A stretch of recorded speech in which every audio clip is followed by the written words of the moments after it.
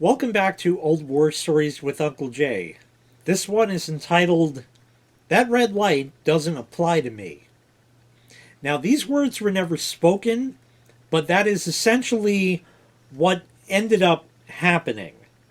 Okay, this involves my mother and a car. And it has nothing to do with going through and making a left on red. Nothing to do with that at all. Oh, we got to get a date on this one. God, this was very hard to tell. 2005, maybe. Don't know. My mother was working for a nursing home at the time, and she was driving the 1990 Chevy Cavalier. Well. A lot of stories with that car, but none of them good, of course. Anyways, she was driving that thing because my dad didn't want her driving the good car, was his '87 Toyota Camry, that she already beat to shit and had 18 accidents in.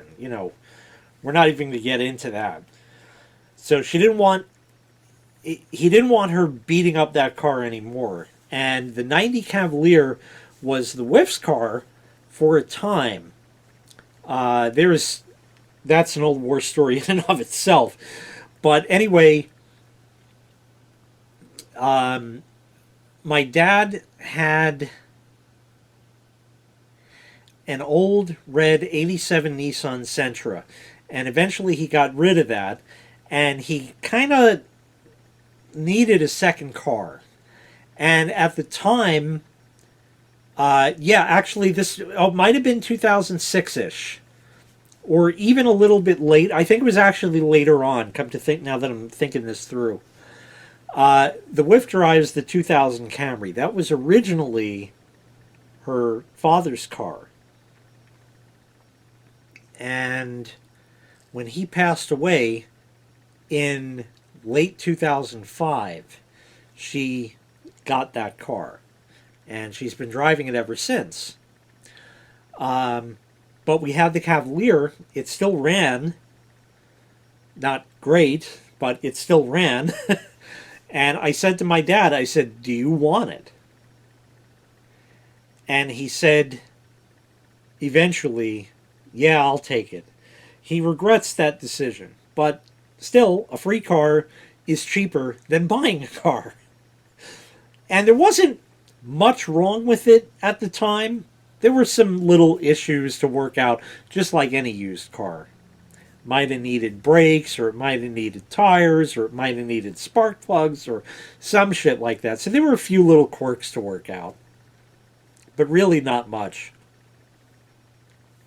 So he finally agreed to take this car, and that was, I think, like probably around 2006. So this had to be 2007, 2008. He had it for quite a number of years, actually. Anyway, long and short of the story is my mother was driving to work, and I think it was on the way to work. The alternator light comes on. Now, that means there's a problem. There's a red light that on this car said volts, but it was a square. It was like maybe half an inch wide. You can't miss this red light fucking glaring at you. Okay? It's not like cars today where you have the check engine light and there's just like a little symbol there and that's lit up. Back in the day, it had a plastic pane with a word printed on it and a light bulb behind it. So that lit up. That was bright, and it got your attention and let you know. It wasn't this little dummy light or idiot light or stupid shit that they have today, because that's the style. Or an indicator that comes on your LCD screen that is a poor excuse for a speedometer. Shit like that. and it's black and white. So, oh, oil light, but it doesn't tell you anything. Oil indicator. This was a fucking light that showed up. It said fucking volts. Okay, it was there. And she just kept fucking driving. Totally didn't apply to her. This red light saying there's a problem with the car completely didn't apply to her. And she just kept driving. Well, she made it to work. By the way, interesting story about that. That happened to me once with my old Chevy. Common theme here, I guess. Anyways, that happened to me once where I was working at the Wiz. I got to the Wiz. Everything was fine. And I went to leave. I started the car up, and that volts light was on. And it wouldn't go out. And I'd rev it up because sometimes it would have to just exceed the threshold to, till it was charging enough to satisfy so the light would go out. Nope. No. And I drove home from there with a dead alternator. Just running on battery. I knew there was a problem with the car. I was fully aware of it. That red light was staring me right in the fucking face. And when I got home from work, as much as I even hate to admit this, I had a computer client, but he was in the same town. And quite honestly, if I had to, I could have walked there. But it's a little too far of a walk, and it was chilly out, so it would have made me miserable. But I actually did take the car still with a dead alternator to, and this is not even maybe a quarter of a mile. This guy was not far. I really should have walked it when I think about it, but more like a third of a mile, I guess. I should have walked it, but I didn't. And I took the car there and I got it back home, and then the alternator was changed. But here's my mother, just, nope, gets to work, doesn't call my father and let him know. No clue, just doesn't apply. Anyway, the workday goes on, the workday ends. She gets back in the car, starts it up. It starts up. Volts. It's staring you right in the face. But nope, throw it in drive. Here we go. And starts driving home. Can you guess? Can you guess what happened? Yep. That's right. Indeed. I'm actually rethinking when this might have been. It was earlier on, so it had to be like 2006 or 7.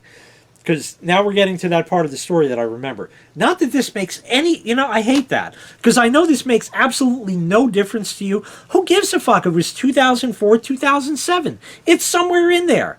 But that's when it happened. It's important to me, so I'm telling you. Anyway, that's the whole point of these stories anyways. It was just important details. So, anyways... My dad had that red Nissan, and he was getting rid of it, but did not get rid of it just yet, and took the Cavalier. And now my mother's driving it, and then, of course, shortly after he got it, the alternator craps out. Or maybe the belt broke. I don't remember precisely what it was. But, no, the belt didn't break. Yeah, I remember now. Okay, so it was definitely the alternator that went. And I'll explain why a little further on. I don't remember precisely how we did this, but because the Nissan was going away, I think we used that as the tow vehicle. Because, like I said, my mother, the light just doesn't apply. And here she is, just sitting right in the middle of a 3-lane highway, 55 miles an hour, and the car stalls out. Pull over to the side. No, just... So that was the deal. And she died right there in the road. Had a cell phone, called 911 or the police, or I don't know what the deal was. And a cop did come by and put his lights on behind her and pushed the car to the side of the road. But she sat there, and you know that she must have tried to start the car 16 more times. So any residual charge on this battery was fucking gone. Absolutely gone by the time anything else happened. And she sat there for maybe an hour for my dad to get her. And ended up killing the battery by listening to the radio or keeping the fan on or just something. She was like on a mission to absolutely destroy this battery and get it down to negative 12 volts. I mean, that she just like everything was on. Just no fucking clue how this works at all. No clue. And she did that in the 87 Camry once. Sat in a parking lot with the fan running, the blower for like 45 minutes. And maybe the battery wasn't in great shape or something. Wouldn't start. And we had to come jump start it. It was 4 blocks away. But even so, it was like, are you... what the fuck with you? Seriously, like no clue whatsoever. Like I said, the light just did not apply. Well, anyway, my dad calls me up. He says, I need your help. And I think I was living here. I think I was living here. It was cold out. And like I said, my mother killed the battery in the car. Now, I had installed in this car a solenoid for the trunk to pop the trunk, along with power door locks and an alarm back in the day when the WIF owned it. And it worked. You could there was a button in the car that said trunk that I installed, and it would pop the trunk, or the key fob for it, excuse me, you could hold the second button on it, and that would pop the trunk. Battery was so dead that the trunk wouldn't pop. There's a key, and you could put the key in, but it didn't work. Somehow, I don't know how, I tried and I couldn't get it right. But when I installed this solenoid to pop the trunk, I had to like cut the sheathing on the cable or something. And it interfered with the key. And I knew about this. But it never was a problem because you'd hit the trunk, it would pop every time. It would work every time. And yeah, if there was a dead battery, you were fucked. Understood. Well, later on, my dad and I actually fixed that. I don't, just some little adjustment we made to it. I couldn't get it right. I don't know what the deal was, but anyway, that was in my younger days. But it still was functional, anyways. So my mother could not get in the trunk, and she's sitting there doing a crossword puzzle or something, and she said, "I've been wanting to get my knitting out of the back. I could have sat here and knitted. And I couldn't open the trunk." I said, "That's because you killed the fucking battery, you moron! What the fuck? No clue how any of this works. Not a fucking clue." Anyway, my dad lets me know he needs my help. I think I was a tiny middle. I was at the time. And I think he got me at work. And he says, "I need you to come here after work. Your mother in the car, da da da da da da." Okay. So I head over there after work. Now, the Nissan was going to be the tow vehicle, but I think he had bought a new battery for the car proactively because the battery that was in it for this Nissan was very close to dead. It still worked, but it was close to dead. And I went to my dad and we came up with a game plan. We're going to take the Nissan and we're going to tow rope and we're going to tow it back home. Okay. So I said, you have that other battery, right? He said, yeah, it's in the Nissan now. I said, what about the old one? He says, yeah, I still have that. I said, do you think it'll start it? He says, why? What do you mean? I said, well, if it will, or we can hook jumper cables up to start the Nissan, then what we can do is bring that good battery with us to put in the car, not to, or maybe, oh, maybe we did. Yeah, I don't think we ended up towing it. Come to think of it. Yeah, that's what it was. We didn't tow it. So we came, so maybe the Nissan wasn't part of this. I don't remember, but the battery was.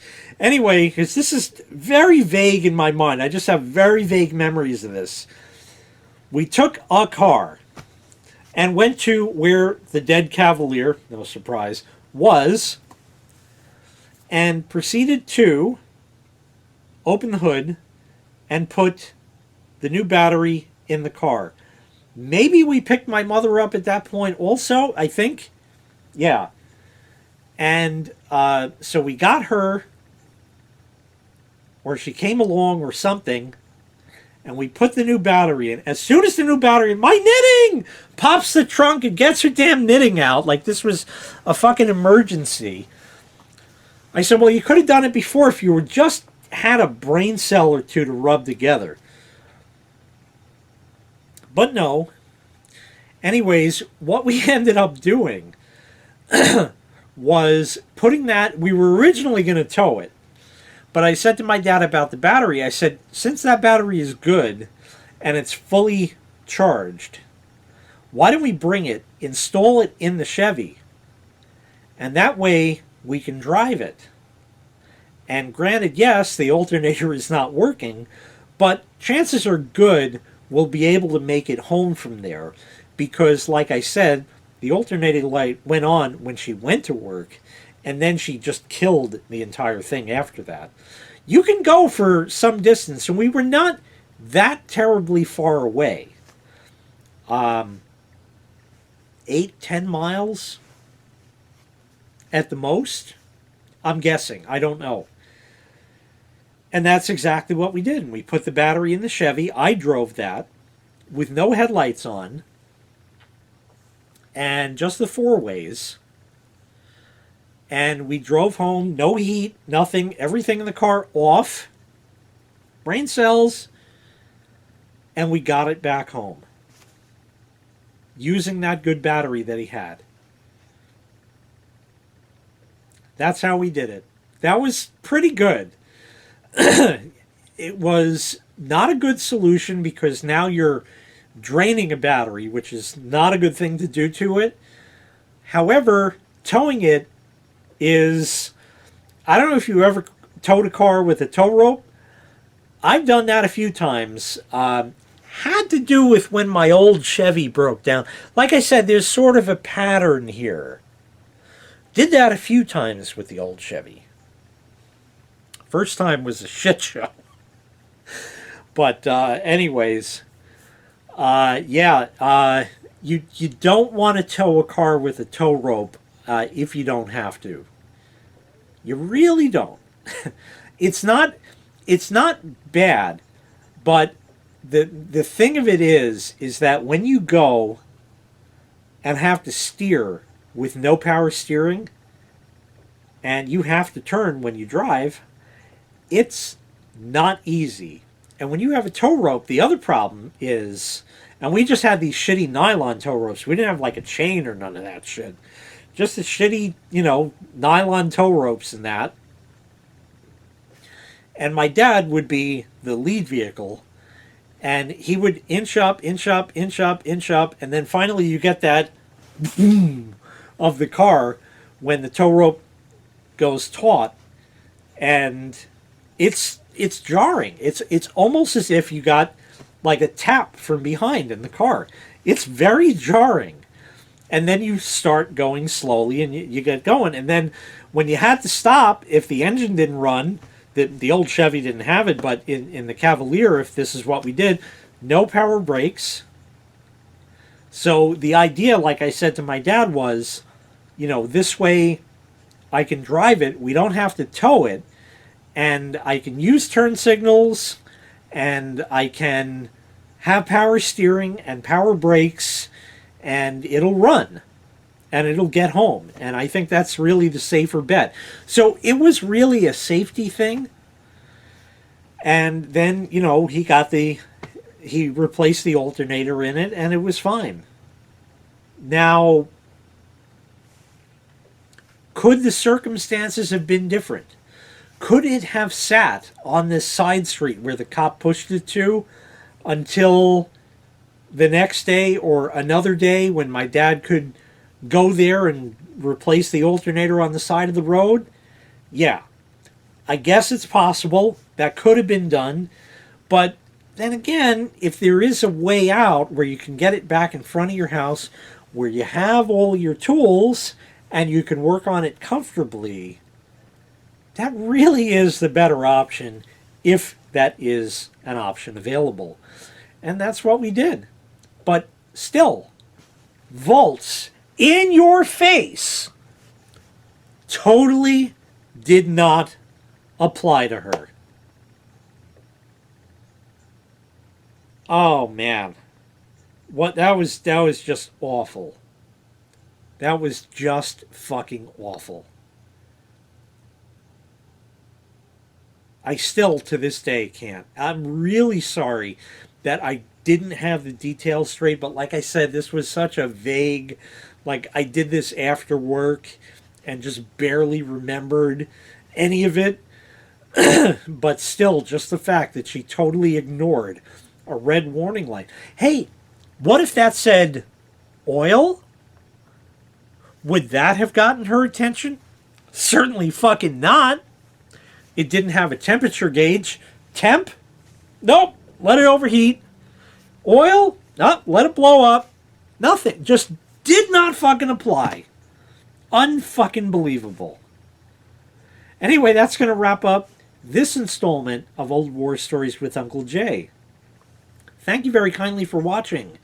I really truly do appreciate it. Thanks again. Make sure you click like, make sure you click subscribe, and take care.